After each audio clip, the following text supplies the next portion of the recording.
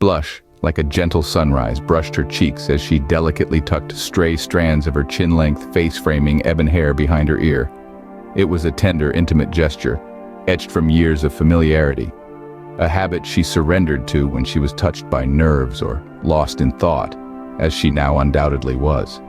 It was an enchanting sight that set my heart into a wild, fervent dance, constricted my chest and stole my breath away. It was a sight that bathed the world around me in a hazy fog of insignificance. Her dark hair, as deep and mysterious as the midnight sky, glistened under the soft, romantic glow of the room's ambient light. It framed her heart-shaped face, leading my gaze to fall into the depths of her eyes. Oh, those eyes. They held a depth that rivaled the universe, a darkness so profound it was nearly black, a color that echoed the mysteries that lay beyond our mortal understanding. And within those eyes I could see a mirrored reflection of my own fascination, my own yearning, my own passion. She then swayed elegantly, taking her seat across from me, her movements as fluid and mesmerizing as a ballet dancer's, as graceful as a swan's glide. Her dress, a chic yet simplistic ensemble, clung to her like a lover's touch, accentuating her slender silhouette and the enticing curve of her hips. She lifted her gaze to meet mine, her eyes steady and confident. Yet behind them danced a whisper of vulnerability, a silent plea for understanding that tugged at the very strings of my heart. The anticipation simmered within me, been brewing for what felt like an eternity. The time trickled with torturous slowness, each ticking second a countdown me. Time seemed to surrender, to hold its breath. Every time I drank in her visage, my stomach danced with butterflies, my palms dampened, and my mind hummed with electric anticipation. It was an intoxicating sensation, a feeling I had only encountered in tales of grand romance and passionate love stories. It was a sentiment so raw, so intense, it felt almost ethereal. Undeniably, she was a celestial beauty that transcended the girl-next-door image. She was more than just a pretty face or a charming personality. She was a goddess of intellect, a woman who craved recognition for her cerebral prowess rather than her divine beauty. Her intelligence was not merely conventional, but it was the way her mind navigated the world. The way she discovered patterns in chaos, drew profound wisdom from the mundane, the way her thought process never ceased to enthrall me. Yet it wasn't just her intellect that magnetized me. It was her passion, her audacity, her unwavering willpower. It was the flame that danced in her eyes, the power in her voice, the conviction in her every word. It was the way she fearlessly defended her beliefs, fought tooth and nail for what she held dear, never backing down regardless of the odds. Above all, her kindness, her compassion, her empathy embodied her.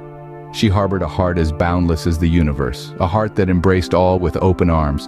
She could feel the pain of others as if it were her own, could rejoice and mourn with them, could understand their fears and aspirations. She was a lighthouse in a world often consumed by darkness.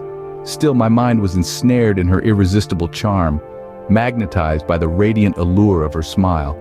Oh, her smile. It was a masterpiece, a sight that could captivate even the toughest hearts. It held the power to illuminate the murkiest days, to thaw the frostiest hearts, to make the cynical believe in the innate goodness of humanity. It was a smile so perfect, it almost seemed implausible in our flawed universe. She looked supernatural, yet the respectful manner in which she carries herself and the people surrounding her is the main reason we are now sitting here, outside a moderate Japanese restaurant, to talk about her. About 6 days ago, I wrote a note soliciting this conclave with her.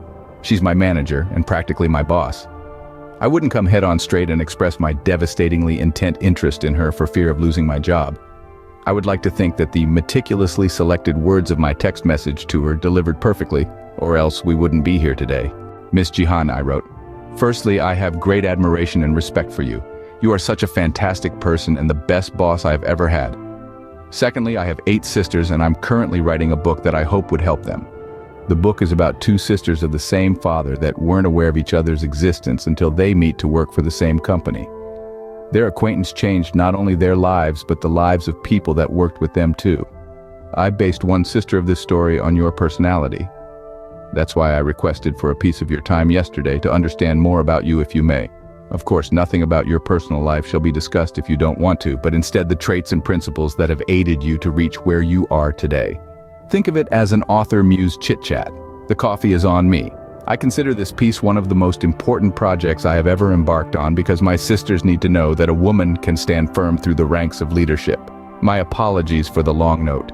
I hope my request is considered. Have a very wonderful evening, ma'am. Of course, Jihan texted back immediately. I would be honored. Thank you for taking me as such beautiful inspiration. But of course, she's so beautiful. I should even be thanking her and not the other way around. I look in her eyes and I fumble to open my notepad. Gosh, didn't I have these documents sorted earlier today? Why can't I find the first question that I intended to ask? And why is my heart suddenly racing as if I have just overdosed on caffeine? The coffee is even not yet delivered on our table. Relax, Jonathan, Manager Jihan says and places her palm on top of my hand. And if it's not her hand that is freezing, then my skin was obviously boiling up. You said this was going to be a chit-chat, not so?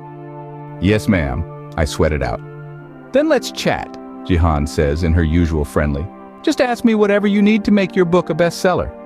She embraces her angelic features and smiles, I think affectionately. I'm unable to decipher whether the bestseller part she said was a compliment or a sweet jest from my sweetest manager. I feel juvenile frowns take over my forehead, but I release a suppressed sigh instantly. As our conversation drew to a close, a new understanding dawned on me.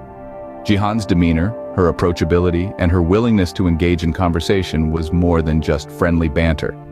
It was a lesson in leadership, the voiceover starts.